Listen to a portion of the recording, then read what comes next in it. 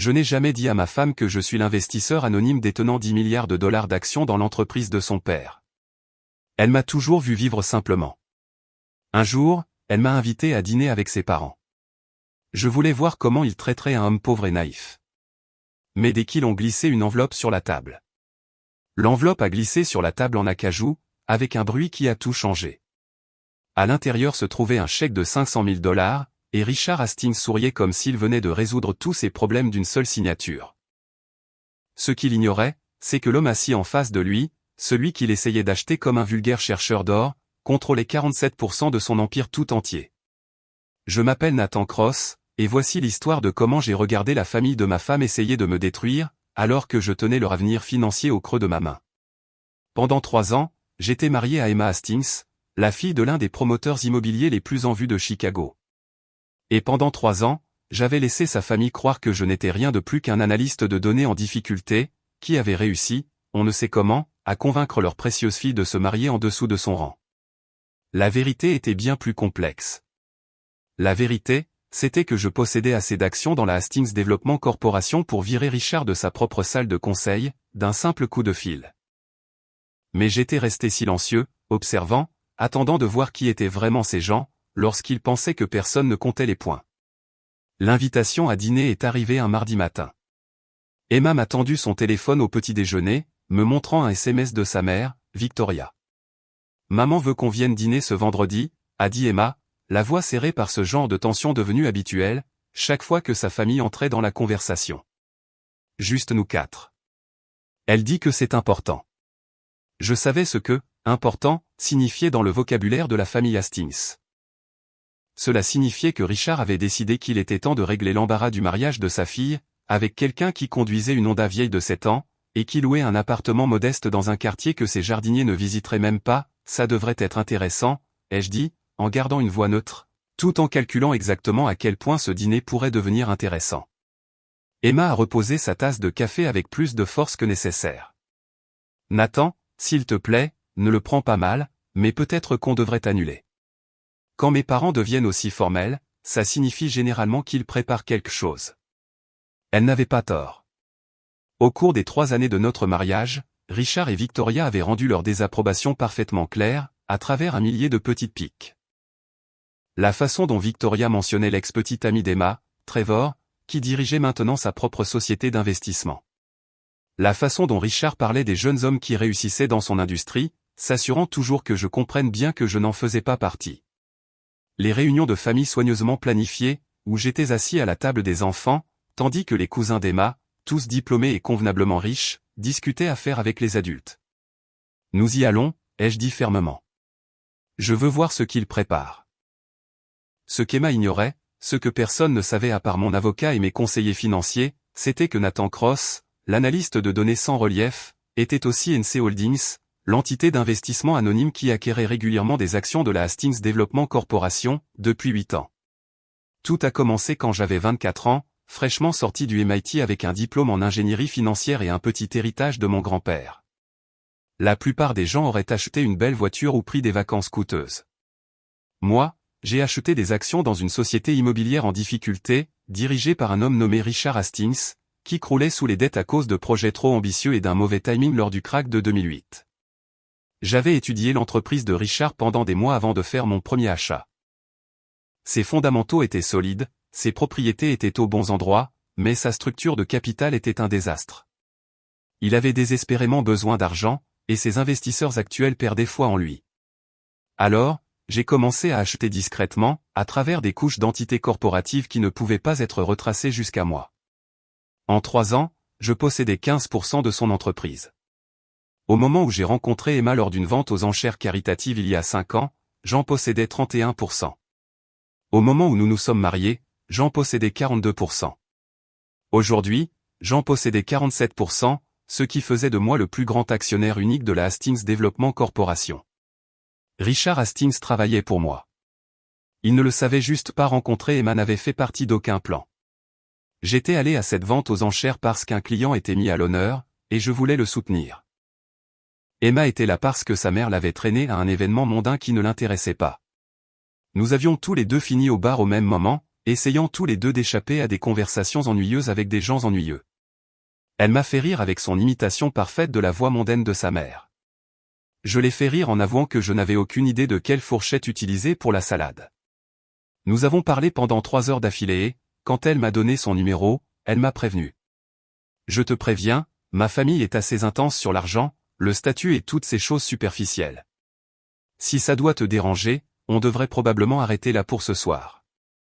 J'avais souri et dit la chose la plus vraie possible sans révéler toute la vérité. L'argent ne définit pas qui est une personne. Le caractère, si. 3 mois plus tard, je l'ai demandé en mariage. 6 mois après ça, nous nous sommes mariés lors d'une petite cérémonie que Victoria avait désespérément essayé de transformer en mariage mondain. Emma avait refusé, choisissant à la place une célébration simple avec 50 personnes qui comptaient vraiment pour nous.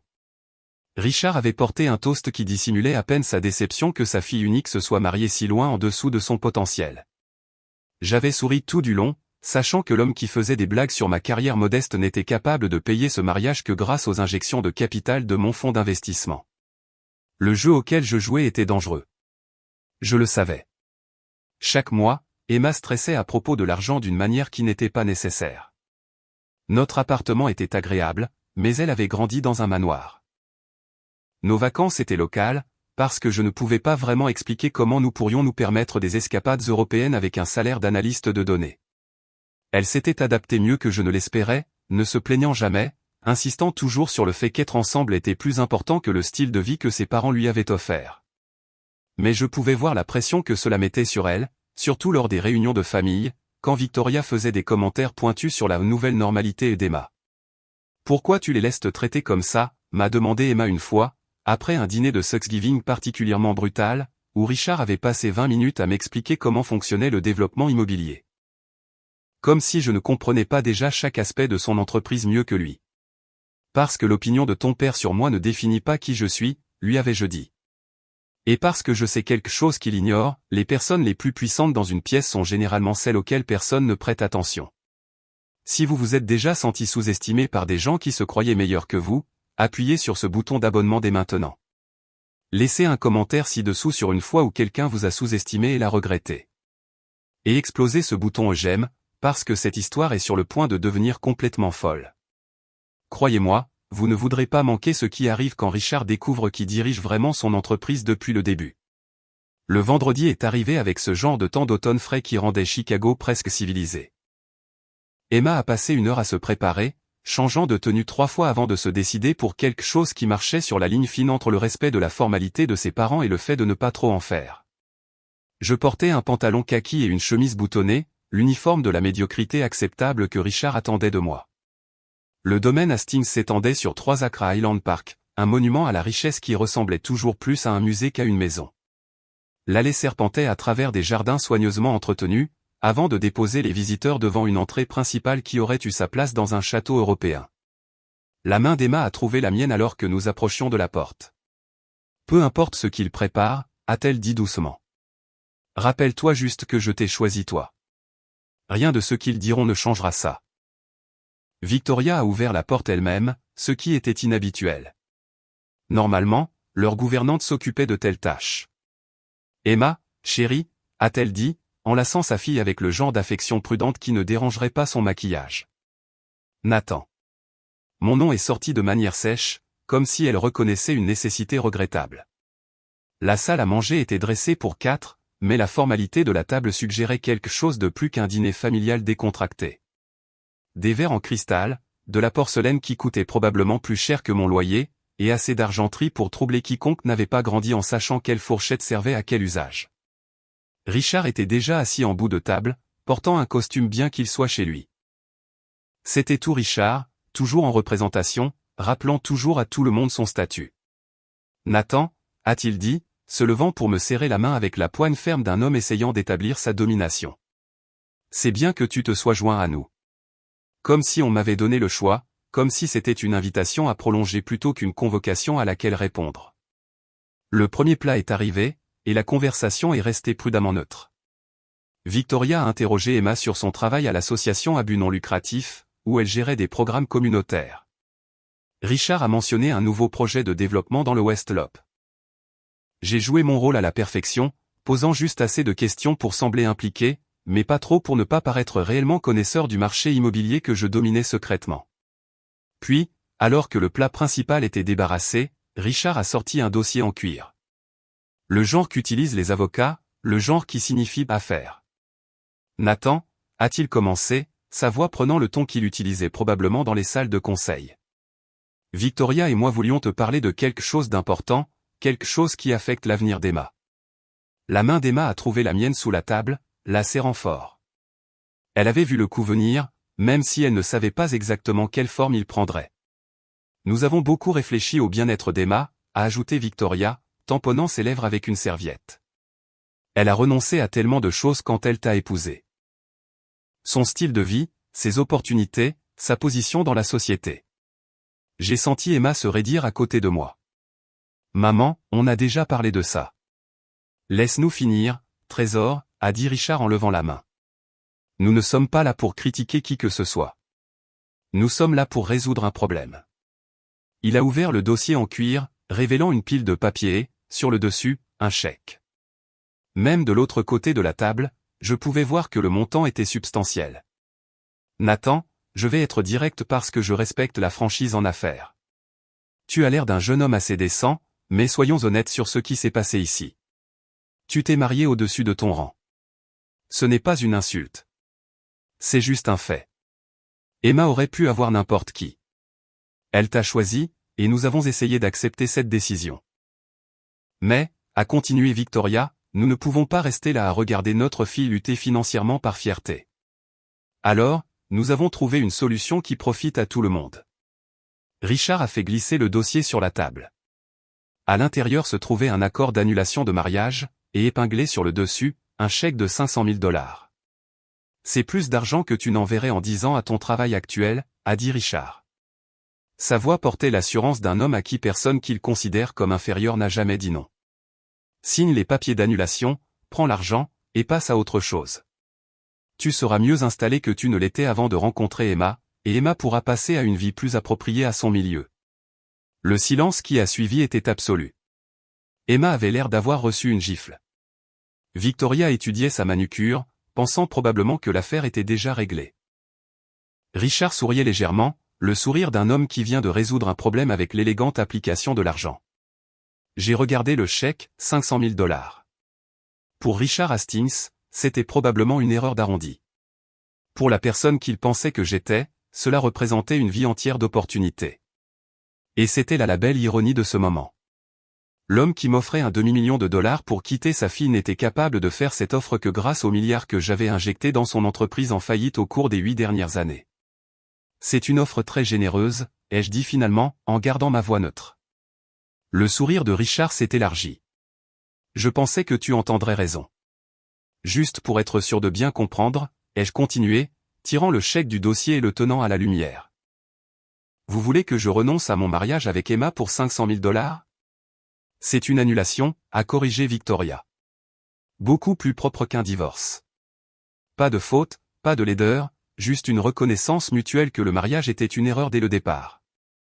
Emma s'est levée brusquement, sa chaise raclant contre le parquet. C'est de la folie. Vous ne pouvez pas juste acheter les gens. Trésor, rassieds-toi, a dit Richard. Les adultes parlent. J'ai 28 ans, papa. Je suis une adulte et mon mari est assis juste là, en train de se voir offrir de l'argent pour me quitter. Comment oses-tu? Mais Richard ne la regardait même pas. Il me regardait moi, confiant d'avoir déjà gagné. Nathan comprend comment le monde fonctionne. N'est-ce pas, Nathan? Parfois, l'argent est juste la façon la plus honnête de résoudre un problème. J'ai posé le chèque soigneusement, l'aplatissant contre la nappe. Puis j'ai fouillé dans ma poche et j'ai sorti mon téléphone. Avant de répondre, ai-je dit, j'ai besoin de passer un coup de fil rapide. Voudriez-vous m'excuser un seul instant? Nathan, qu'est-ce que tu fais? A demandé Emma, confuse. Je m'assure que tout le monde à cette table comprend l'image complète, ai-je répondu. J'ai composé le numéro de mon avocat, Marcus Pennington, qui, je le savais, serait disponible malgré l'heure. Marcus gérait mes intérêts depuis 8 ans, et il savait exactement quoi faire quand je l'appelais pendant des événements familiaux. Marcus, c'est Nathan. Je suis au dîner avec la famille Hastings et quelque chose d'intéressant est survenu. Pourrais-tu sortir la structure actuelle de l'actionnariat de la Hastings Development Corporation? Oui, tout de suite. Je patiente. Richard a froncé les sourcils. Qu'est-ce que ton avocat a à voir avec quoi que ce soit? Tout, ai-je dit simplement. Puis Marcus est revenu en ligne et j'ai mis le téléphone sur haut-parleur. Marcus, pourrais-tu s'il te plaît expliquer à toutes les personnes présentes la structure actuelle de l'actionnariat de la Hastings Development Corporation? La voix de Marcus a rempli la salle à manger, professionnelle et précise. Certainement. La Hastings Development Corporation a 100 millions d'actions en circulation. L'actionnaire majoritaire est NC Holdings, qui possède 47 millions d'actions, représentant 47% de l'entreprise. Le deuxième plus grand actionnaire est Richard Hastings personnellement, avec 18 millions d'actions, soit 18%. Les 35% restants sont répartis entre divers investisseurs institutionnels et individuels. Richard fixait le téléphone comme s'il parlait une langue étrangère. C'est quoi ça? Quel rapport avec? Marcus, les jeux interrompus. Pourrais-tu s'il te plaît expliquer qui possède NC Holdings? NC Holdings est entièrement détenue par Nathan Cross. Elle a été établie il y a 8 ans en utilisant un héritage, et a été le principal véhicule d'investissement pour le portefeuille de Monsieur Cross.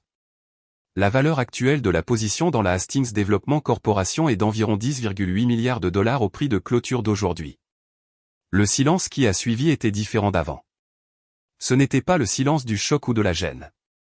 C'était le silence d'un monde en train d'être reconstruit de zéro. La bouche d'Emma s'était ouverte. Victoria était devenue complètement blême.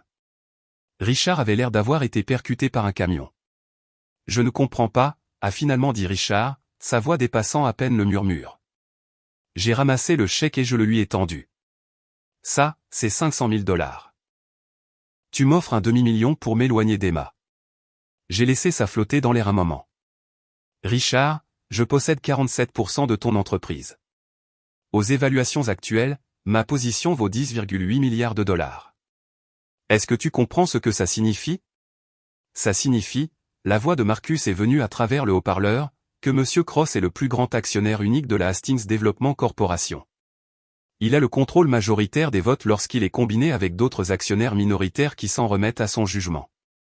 En termes pratiques, Nathan Cross pourrait retirer Richard Hastings de sa position de PDG avec un vote à la majorité simple, lors de n'importe quelle réunion du conseil. Le visage de Richard était passé du blanc au rouge. C'est impossible. NC Holdings sait. Je pensais que c'était. Il bégayait, son autorité soigneusement construite s'effondrant en temps réel. Tu pensais que c'était un investisseur institutionnel? Ai-je fini pour lui? Un fonds spéculatif sans visage ou une société de capital investissement? Tu n'as jamais posé de questions parce que l'argent continuait d'arriver quand tu en avais besoin. Il y a 8 ans, ton entreprise se noyait sous les dettes. Tu ne pouvais pas obtenir de financement auprès des sources traditionnelles, parce que tout le monde savait que tu t'étais surendetté. Alors, quand un investisseur mystérieux a commencé à racheter tes actions en difficulté et à fournir du capital pour tes projets, tu n'as pas regardé de trop près d'où ça venait. Je me suis levé, marchant autour de la table jusqu'à me tenir directement devant Richard. Chaque projet majeur que tu as terminé au cours des 8 dernières années a été financé avec le capital que j'ai fourni. La tour River North, mon argent. Le développement Lakeshore, mon argent. Les parcs de bureaux de banlieue qui ont sauvé ton entreprise pendant le ralentissement de 2015, tout ça, c'était mon argent. Victoria a finalement retrouvé sa voix. Mais tu es un analyste de données. Tu vis dans ce minuscule appartement. Tu conduis cette terrible voiture. Je suis un analyste de données, ai-je confirmé. J'analyse des données financières pour des clients qui ont besoin de conseils d'investissement spécialisés. Ce n'est pas un mensonge. Ce n'est juste pas toute la vérité. L'appartement est modeste parce qu'Emma et moi avons choisi la modestie.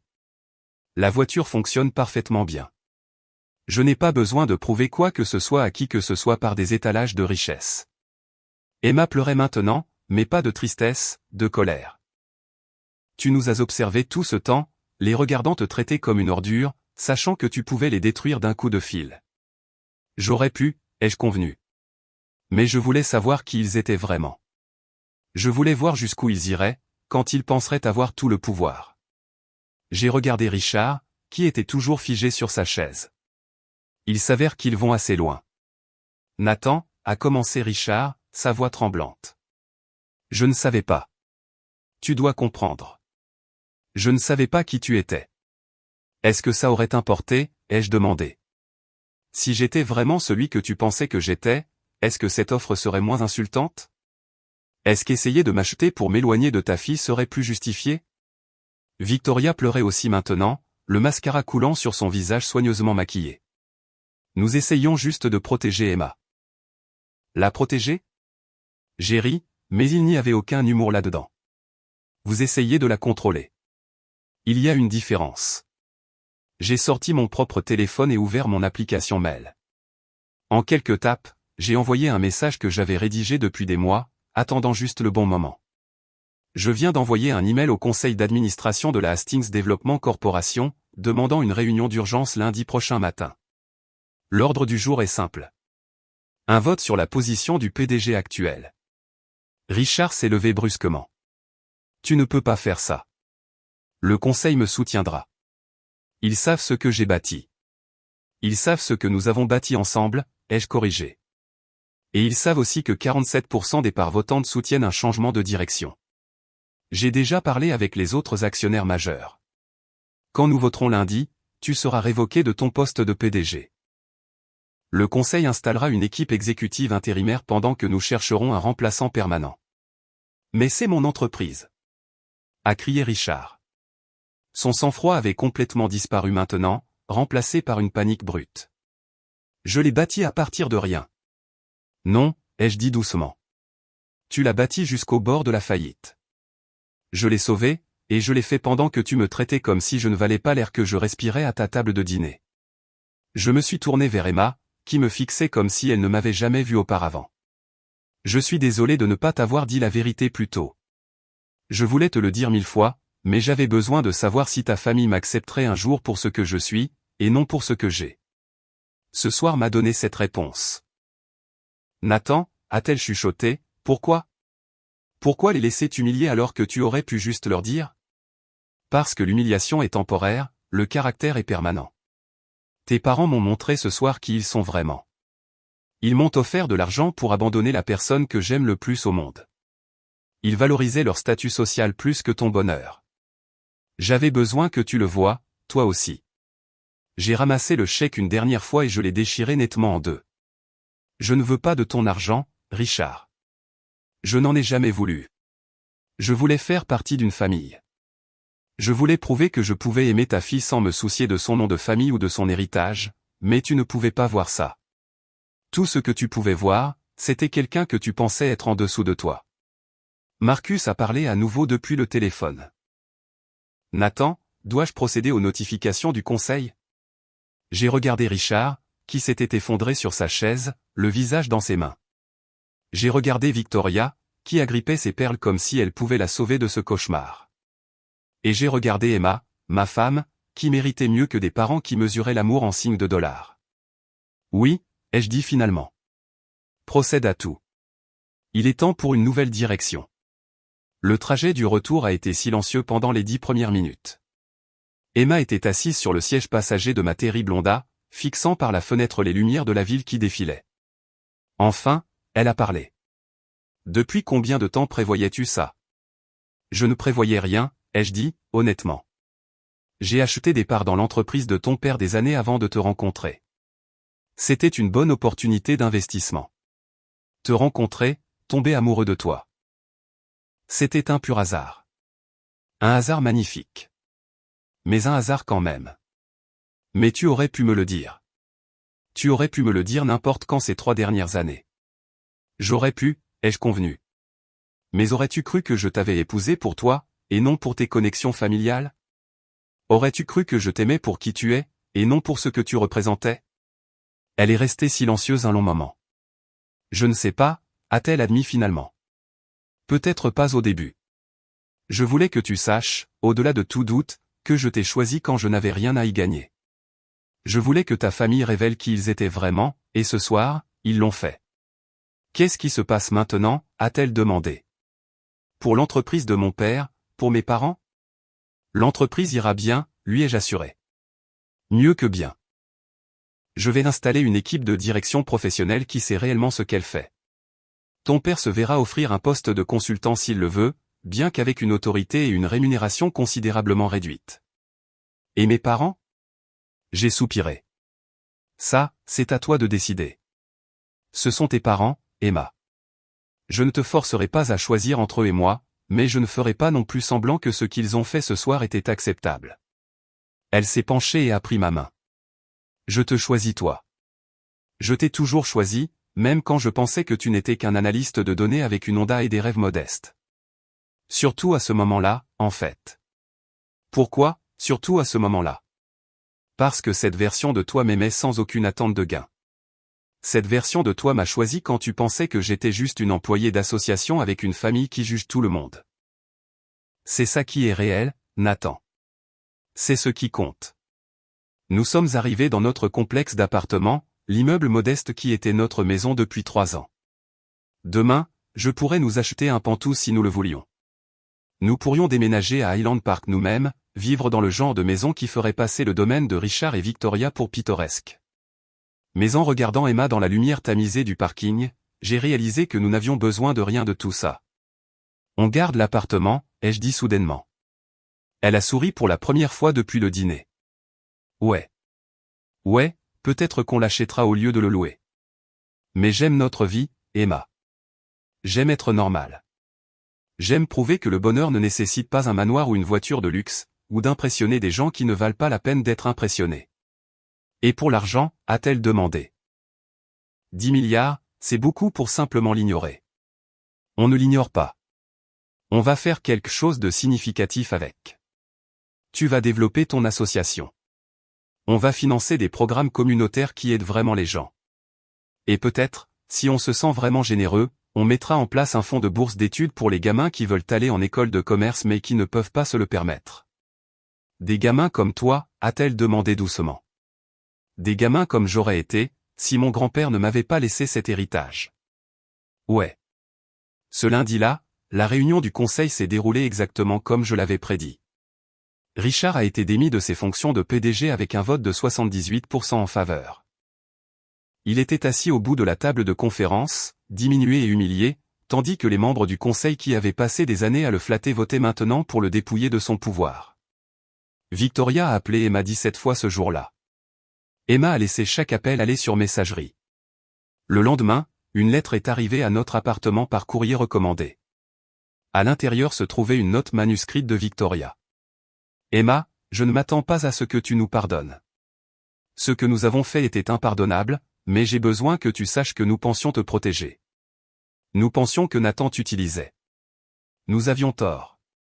Nous avions tellement, terriblement tort. Ton père est dévasté. Pas pour l'entreprise, bien que ça fasse mal. D'avoir te perdu. De découvrir que le gendre qu'il a rejeté est l'homme qui a sauvé tout ce qu'il a construit. S'il te plaît, quand tu seras prête, peut-on parler? Je promets qu'il n'y aura plus d'enveloppe, plus de chèque, juste une mère qui veut comprendre l'homme que sa fille a épousé. Emma a lu la lettre 2 fois, puis l'a posée sur le comptoir. Tu penses qu'ils sont sincères? Je pense qu'ils ont peur, ai-je dit. Et parfois, la peur rend les gens honnêtes d'une façon que le confort ne pourrait jamais faire. Qu'est-ce que tu ferais? J'ai réfléchi à ça un moment. Je leur donnerais une chance, une seule chance. Mais à nos conditions, dans notre appartement, sans la mise en scène de la richesse et du statut. S'ils peuvent nous accepter tels que nous sommes, réellement tels que nous sommes, alors peut-être qu'il y a de l'espoir. S'ils ne peuvent pas, alors au moins nous saurons. Emma a pris son téléphone et a tapé une réponse. Dîner, chez nous, ce vendredi. Pas de code vestimentaire, pas d'attente, juste la famille. Elle m'a montré le message avant de l'envoyer. Trop dur. Parfait, ai-je dit. Ce vendredi-là, Richard et Victoria sont arrivés à notre appartement, semblant plus petit, d'une certaine manière. Richard portait un jean et un pull. Victoria portait un pantalon et un maquillage minimal. Ils avaient laissé leur armure à la maison. Nathan, a dit Richard quand j'ai ouvert la porte. Merci d'avoir accepté de nous voir. Nous nous sommes assis autour de notre petite table à manger, mangeant des pâtes qu'Emma avait faites elle-même. Il n'y avait pas de serveur, pas de verre en cristal, pas de spectacle. Juste 4 personnes essayant de voir s'ils pouvaient reconstruire quelque chose de brisé. Je te dois des excuses, a finalement dit Richard. Plusieurs excuses, en fait. Pour chaque dîner où je t'ai fait te sentir petit. Pour chaque commentaire sur ton travail, ou ta voiture, ou ton milieu. Pour ce chèque. Il s'est arrêté, sa voix se brisant légèrement. Pour t'avoir traité comme si tu valais exactement 500 000 $, alors que tu étais l'homme qui a sauvé mon entreprise et aimé ma fille. J'apprécie cela, ai-je dit prudemment. Mais les excuses que j'ai vraiment besoin d'entendre sont celles que tu dois à Emma, parce que c'est elle que tu as essayé de contrôler. C'est elle dont tu as valorisé le bonheur moins que ton statut social. Richard s'est tourné vers sa fille, les larmes aux yeux. Emma, je suis désolé. Je suis désolé de ne pas avoir pu voir ce que tu voyais en Nathan. Je suis désolé de t'avoir fait sentir que ton choix n'était pas assez bon. Tu as trouvé un homme qui t'aime pour ce que tu es, qui n'avait pas besoin de ton argent, ou de ton nom, ou de quoi que ce soit à part toi. C'est ce que tout père devrait vouloir pour sa fille, et j'ai failli détruire ça à cause de ma fierté. Victoria a tendu la main à travers la table et a pris celle d'Emma. J'ai passé toute ta vie à te préparer pour un certain type de vie, un certain type de mariage. Et quand tu as choisi différemment, j'ai eu l'impression que tu rejetais tout ce que je t'avais appris. Mais tu ne rejetais rien. Tu choisissais quelque chose de réel plutôt que quelque chose de creux. Je suis désolé qu'il m'ait fallu si longtemps pour voir ça. Emma pleurait maintenant, mais elle n'a pas retiré sa main. Est-ce que vous êtes sincère? Parce que je ne peux pas revivre une autre soirée comme vendredi dernier. Je ne peux pas vous regarder traiter Nathan comme s'il n'était pas assez bien, alors qu'il est le meilleur homme que j'ai jamais connu. Nous sommes sincères, a dit Richard fermement. Et nous sommes prêts à le prouver. Nathan, j'aimerais t'emmener déjeuner cette semaine, juste nous deux. Je veux en apprendre plus sur ta philosophie d'entreprise, ta stratégie d'investissement, tout ce sur quoi j'aurais dû t'interroger ces 3 dernières années au lieu de te rejeter. J'ai regardé Emma, qui a hoché légèrement la tête. Le déjeuner me va, ai-je dit. Mais Richard, j'ai besoin que tu comprennes quelque chose. Je n'ai pas acheté de part dans ton entreprise pour te contrôler ou pour te blesser. Je l'ai fait parce que c'était un bon investissement, et je ne vais pas m'excuser d'être bon dans quelque chose que tu ne savais pas que je pouvais faire. Je ne m'attendrai pas à ce que tu le fasses, a-t-il répondu. J'espère juste que tu m'apprendras comment tu as fait, parce qu'apparemment, j'ai dirigé une entreprise sans comprendre qui la maintenait vraiment en vie. 3 mois plus tard, la Hastings Development Corporation a annoncé une restructuration majeure. Richard est resté au conseil en tant que conseiller senior, mais les opérations quotidiennes étaient gérées par une équipe professionnelle qui avait complètement redressé l'entreprise. Le prix de l'action avait grimpé de 40% depuis le changement de direction. L'association d'Emma avait reçu une subvention de 50 millions de dollars de la fondation de la famille Cross, que j'avais établie pour faire exactement ce dont nous avions parlé ce soir-là sur le parking. Nous avons financé des programmes communautaires, des bourses et des initiatives qui aidaient des gens qui étaient là où j'étais il y a 8 ans. Talentueux, motivés, mais sans les ressources pour le prouver. Richard et Victoria venaient dîner à notre appartement toutes les 2 semaines.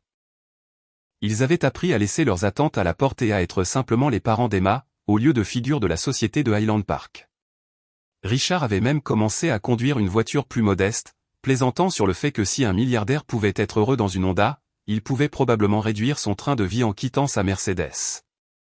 L'histoire du milliardaire caché a fait les nouvelles économiques pendant quelques semaines, mais j'ai refusé la plupart des demandes d'interview. Ce qui s'est passé à cette table de dîner n'était pas du contenu pour Forbes ou le Wall Street Journal. C'était personnel. C'était une question de famille, de valeurs, de ce qui compte quand on enlève la mise en scène de la richesse et du statut. Un soir, environ 6 mois après ce dîner fatidique, Emma et moi étions assis sur le balcon de notre appartement, regardant les lumières de la ville. « Est-ce que tu le regrettes parfois ?» a-t-elle demandé. « De les avoir laissés t'humilier pendant si longtemps, alors que tu aurais pu juste dire la vérité. » Pas une seule fois, ai-je dit honnêtement. Parce que maintenant, je sais. Je sais que tes parents t'aiment plus qu'ils n'aiment leur fierté. Je sais que tu m'as choisi pour moi. Et je sais que je n'ai besoin de la permission de personne pour être exactement qui je suis. Qui es-tu ? A-t-elle demandé en souriant. Je suis Nathan Cross. Je suis un analyste de données. Je suis un investisseur milliardaire. Je suis ton mari. Et je suis le gars qui a prouvé que les personnes les plus puissantes dans une pièce sont généralement celles auxquelles personne ne prête attention. Elle m'a embrassé à ce moment-là, et les lumières de la ville scintillaient en dessous de nous comme des possibilités que nous n'avions même pas encore imaginées. Quelque part à l'autre bout de la ville, Richard Hastings travaillait probablement tard, apprenant son entreprise depuis la base, comme l'étudiant qu'il aurait dû être depuis le début. Quelque part dans leur manoir, Victoria planifiait probablement leur prochain dîner chez nous, s'assurant qu'elle ne s'habillait pas trop formellement. Et ici, dans notre appartement modeste que nous avions choisi délibérément, Emma et moi étions riches des seules manières qui comptaient. Nous avions l'un l'autre.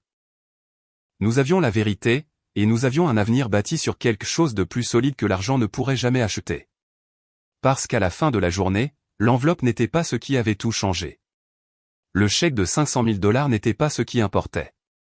Ce qui importait, c'était le moment où les gens vous montraient qui ils étaient vraiment, et ce que vous choisissiez de faire de cette information. J'ai choisi l'amour. J'ai choisi l'honnêteté. Et j'ai choisi de prouver qu'être sous-estimé est parfois le plus grand avantage que vous puissiez avoir. Parce que quand personne ne s'attend à ce que vous gagnez, la victoire a un goût d'autant plus doux. Je m'appelle Nathan Cross. Je suis l'investisseur anonyme qui a sauvé l'entreprise de mon beau-père, pendant qu'il essayait de me payer pour quitter sa fille. Et ceci est l'histoire de comment j'ai appris que la meilleure vengeance n'est pas la destruction. C'est de bien vivre. C'est de choisir l'intégrité plutôt que les représailles. C'est de construire quelque chose de vrai, pendant que tous les autres sont occupés à construire des illusions. Richard Hastings a essayé de m'acheter pour 500 000 $. Ce qu'il ignorait, c'est que j'avais déjà acheté son respect. Cela lui a juste pris 3 ans et un dîner dévastateur pour s'en rendre compte. Si cette histoire a résonné en vous, si vous avez déjà été sous-estimé ou rejeté par des gens qui pensaient être meilleurs que vous, laissez un commentaire ci-dessous. Partagez votre histoire. Célébrons tous ceux qui ont prouvé que le succès ne dépend pas de là où vous commencez ou de qui connaît votre nom. C'est une question de qui vous êtes quand personne ne regarde, et de ce que vous faites quand tout le monde vous considère hors jeu. N'oubliez pas de vous abonner pour plus d'histoires sur la justice, la rédemption et la belle satisfaction de prouver aux sceptiques qu'ils ont tort. Et appuyez sur ce bouton j'aime si vous croyez que le caractère compte plus que les comptes en banque, que l'amour compte plus que le statut, et que les meilleures victoires sont celles que personne ne voit venir. Merci d'avoir regardé, et rappelez-vous, la personne la plus dangereuse à n'importe quelle table est celle que tout le monde ignore. Parce que pendant qu'ils sont occupés à vous sous-estimer, vous êtes occupés à devenir exactement qui vous devez être pour tout changer. Jusqu'à la prochaine fois, restez affamés, restez humbles, et ne laissez jamais personne vous faire sentir petit juste parce qu'ils ne peuvent pas voir à quel point vous êtes vraiment grand.